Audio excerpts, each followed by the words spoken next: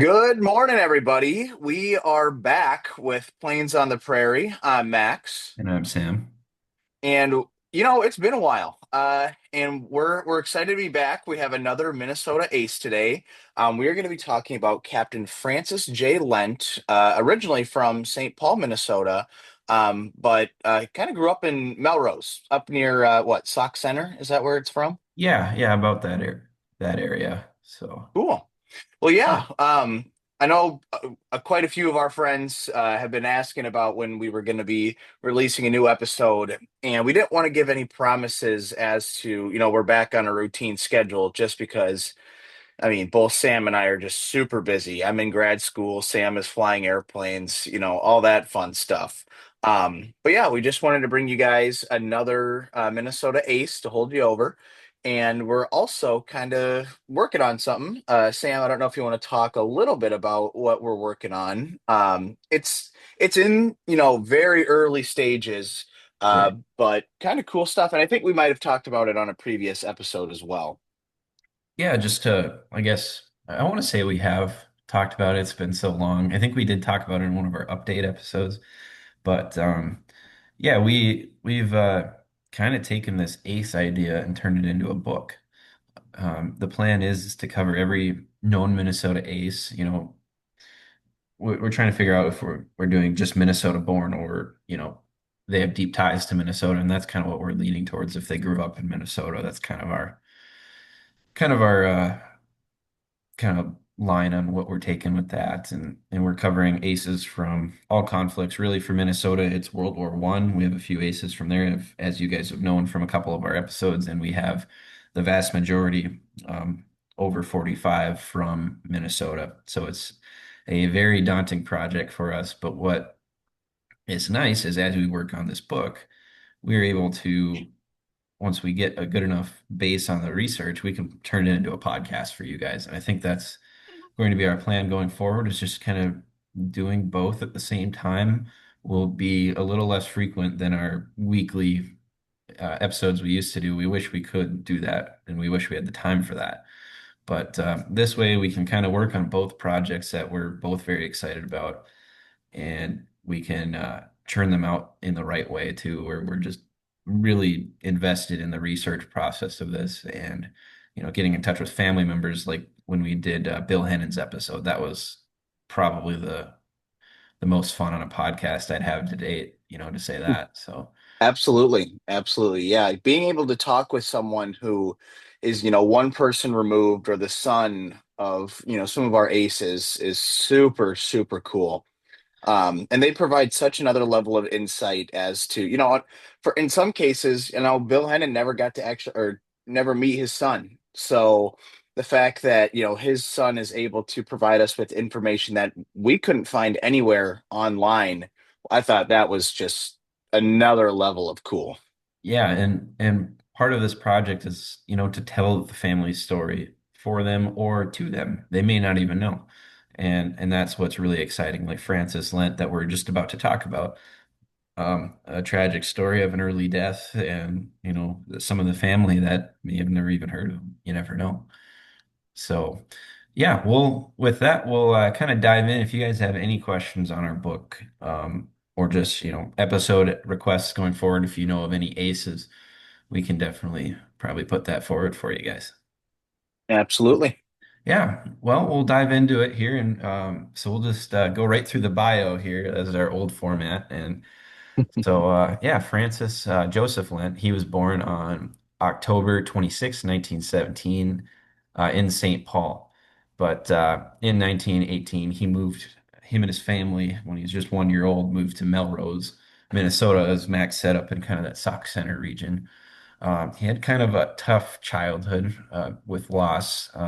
He lost his father in a train accident in that same year he moved to Melrose, along with his he had a little 2.5-year-old brother. His older brother died of the influenza epidemic, just the Spanish flu, which took the lives of many, as many of you listeners may know. So he had some really, really bad luck from the first bit of his I life. was gonna say. tough But upbringing, especially in, that immediate post World War One era, exactly. before uh medicine became, what it is today. That just what a horrible upbringing for the poor kid. That's for Right. sure. Yeah, and the result of that was him living with his mother and other relatives all kind of together and throughout the 1920s and 30s. But he, during the Depression, he kind of found his way. He found employment at the local grocery store in Melrose, and he eventually managed it and saved up money to buy the store in 1939 at just age 21, Wow. which is crazy. I mean, what were we doing? We were doing this I podcast know. age I didn't own a 21, grocery or I store at was, 21. but yeah, I didn't have a many dollars to my name, we'll just say in a nicer way. Um, um, but after the war started, everybody was either getting drafted or wanted to sign up. And Lent was one of those guys that wanted to sign up. And in April 1942, he sold the grocery store to take his part in the war, so he didn't have to worry about the store while he was gone, and joined the Army Air Forces. From there, we were able to track down some of the bases he was at. So he ended up at Thunderbird Field in Arizona for his primary training, and didn't really find what he flew, but is most likely Stearman's. And then eventually moved to Luke Field to complete all of his training. So he probably stepped up through the BT-13s and the T-6s, and earned his wings and commission as a second lieutenant on March 10th, 1943, as a part of Class 43C, so the third class out of the field there in 1943. And Cool. yeah, then he was attached to the 329th Fighter Group for combat transition training. A lot of the transition training was done in P-40s and P-39s at the time. And from there, he was then attached to the 431st Fighter Squadron, nicknamed Hades, of the 475th Fighter Group, called Saint Angels, which was at the time being formed in Australia to eventually take part in the 5th Air Force's efforts in the New Guinea campaign.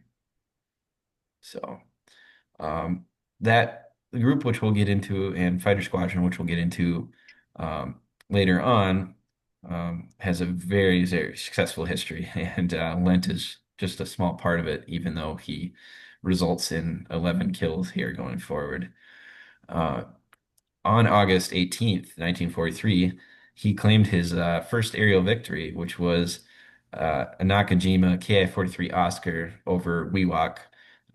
At the time, the Japanese Navy was having a heck of a time um, uh, doing it on their own. They were bringing airplanes in via carrier and ferrying them over water routes, going to Truk and other major Japanese bases. The logistics just weren't there for the losses they were starting to see in 1943, as opposed to their more or less triumphant 1942. And the Oscars were part of the Army Air Force, and they were kind of an infusion of aircraft for the Japanese. So you in these campaigns, if going forward, anything about the New Guinea campaign, it's pretty much 1943 onwards. You see a mix of Army and Navy aircraft.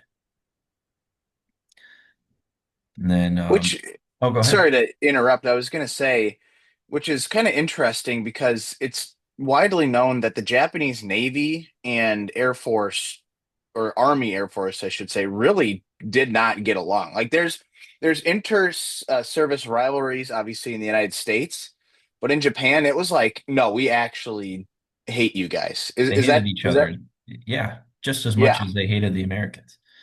Uh, and it got to the point where their war aims were different. They were from the get-go.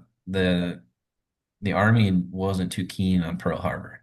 They more wanted the overland, Singapore, go through all that stuff, which ultimately the Japanese were able to do both and just shock the entire Allies in the Pacific.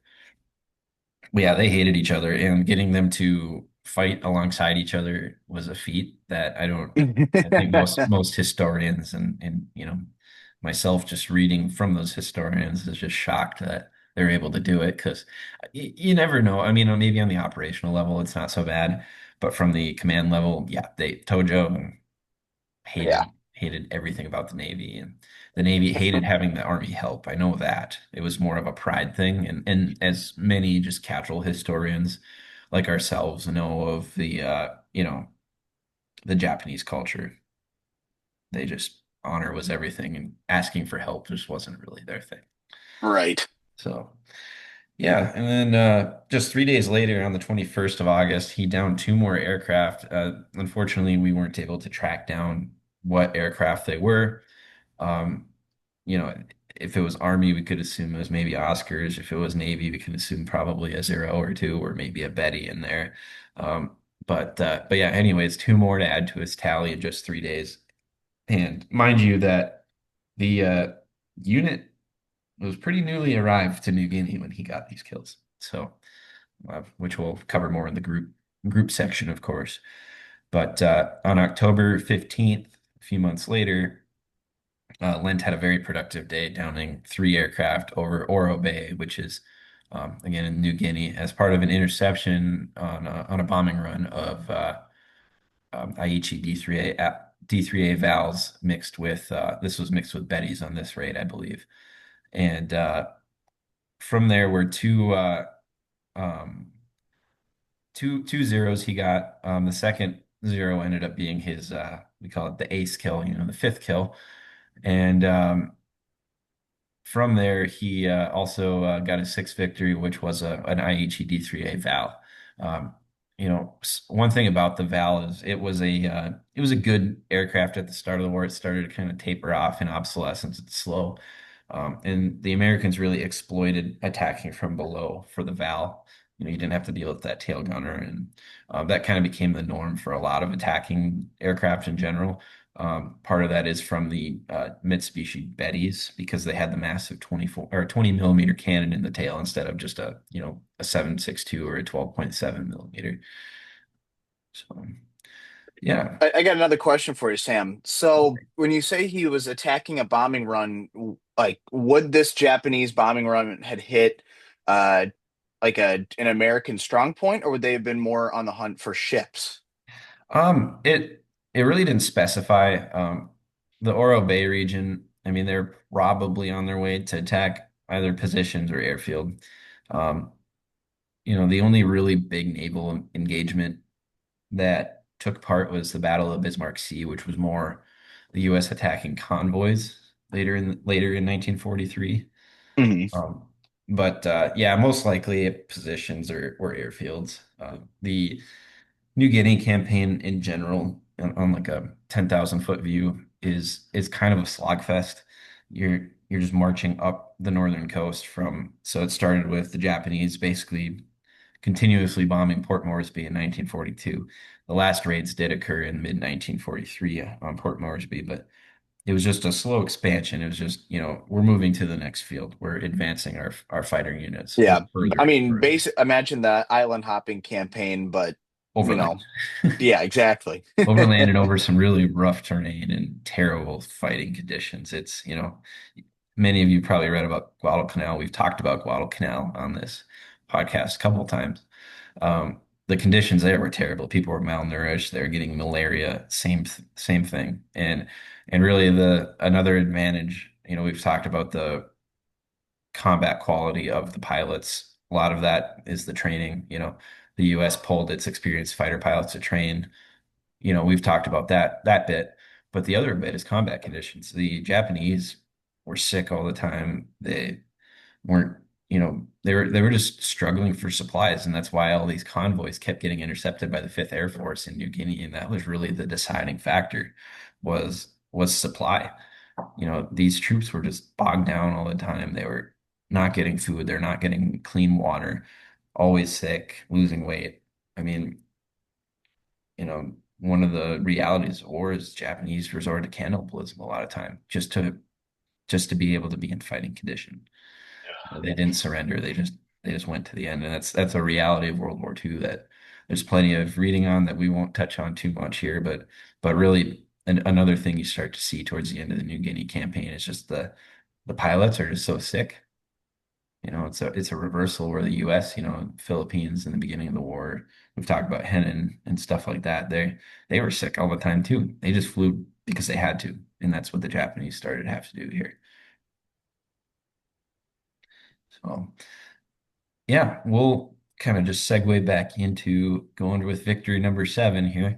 October 24th, just a little over a week later, he downed a Kawasaki Ki-61 Tony, so another Army involvement. This was over Rabaul when the U.S. just continually just beat Rabaul into submission. They part of the island campaign was bypassing that key naval base for the Japanese, and the Rabaul was a staging point for many of the aircraft.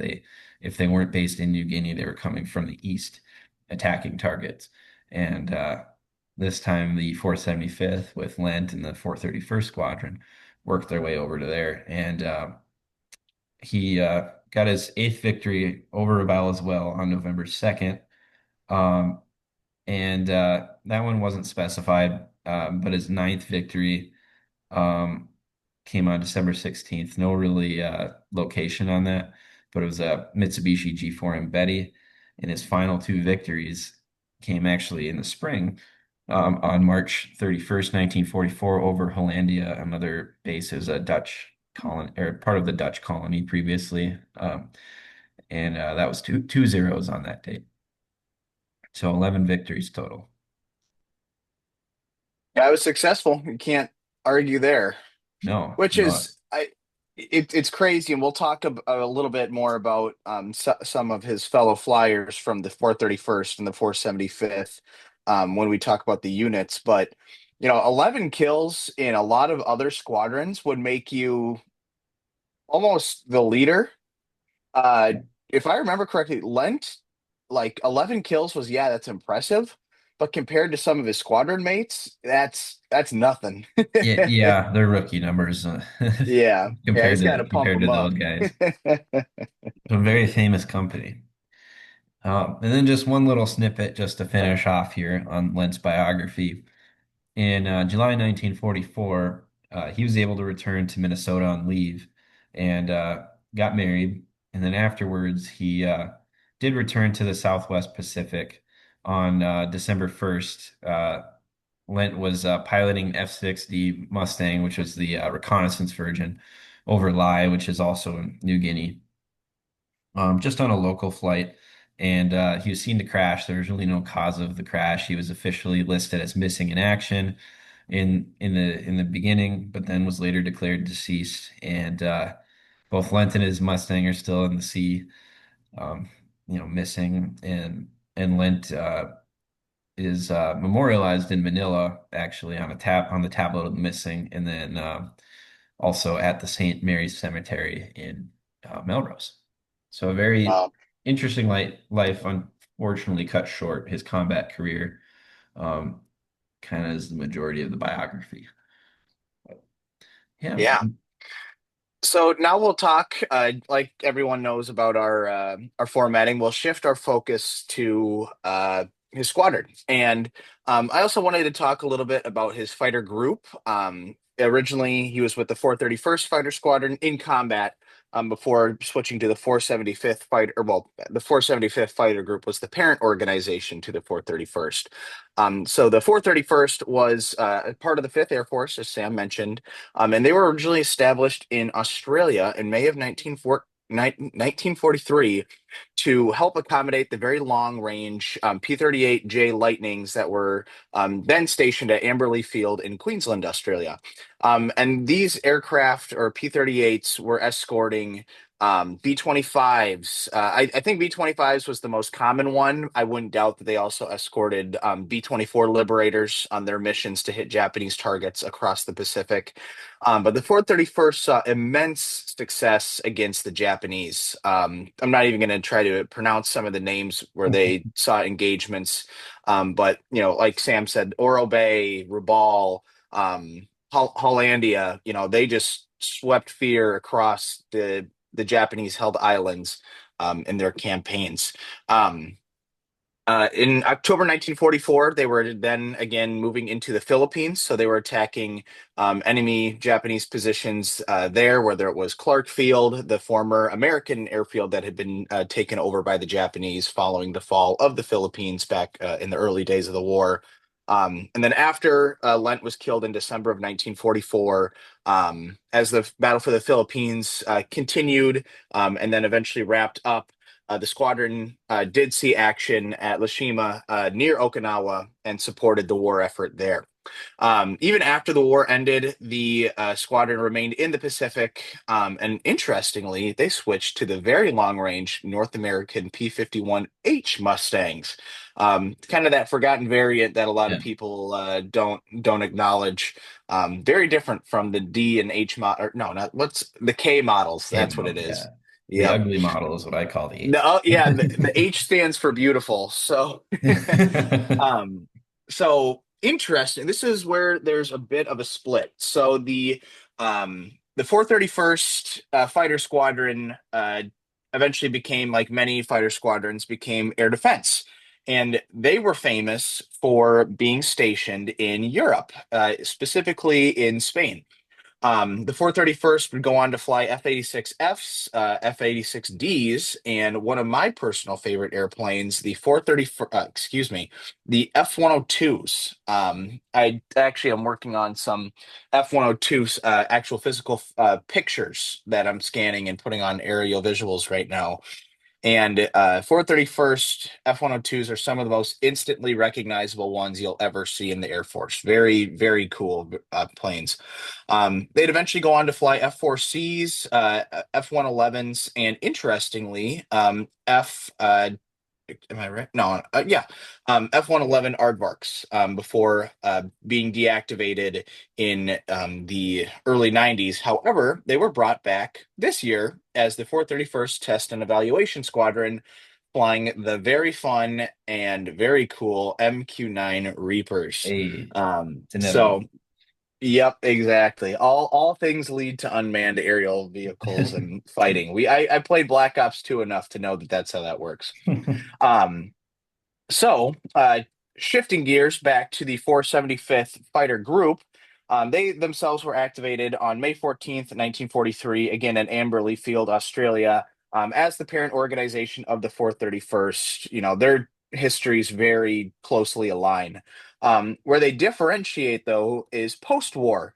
Again, the 475th was a fighter or air defense command, but they gave up command of the 431st Fighter Squadron and were reassigned to a place that I know very well. I assume, Sam, you know very well. Minneapolis, St. Paul International Airport, obviously in Minnesota. And they were in charge of the Air Defense Command sector down there, flying F-89H Scorpions in those mid to late 1950s, before the United States Air Force left MSP due to a variety of reasons. But the one that I remember hearing about the most was, Minneapolis was a growing city in the late 1950s. And, when the Air Defense Command base or military presence had been at the base in the, World War era or in the war years, there it was just no, it was far enough away from town that the noise didn't bother people. Yeah. But now you have nuclear capable F-89 Scorpions landing over populated areas, and the town just it couldn't support that. Even though we all know today that MSP is home still to the Air National Guard and the 934th Airlift Wing of the Air Force Reserve Command. So military isn't quite gone from MSP, but they are not there as fighters anymore, which is kind of interesting. I want to mention that I should even mention three um, of Lent's squadron mates were Richard Bong, or Dick Bong, the highest scoring American ace of World War II.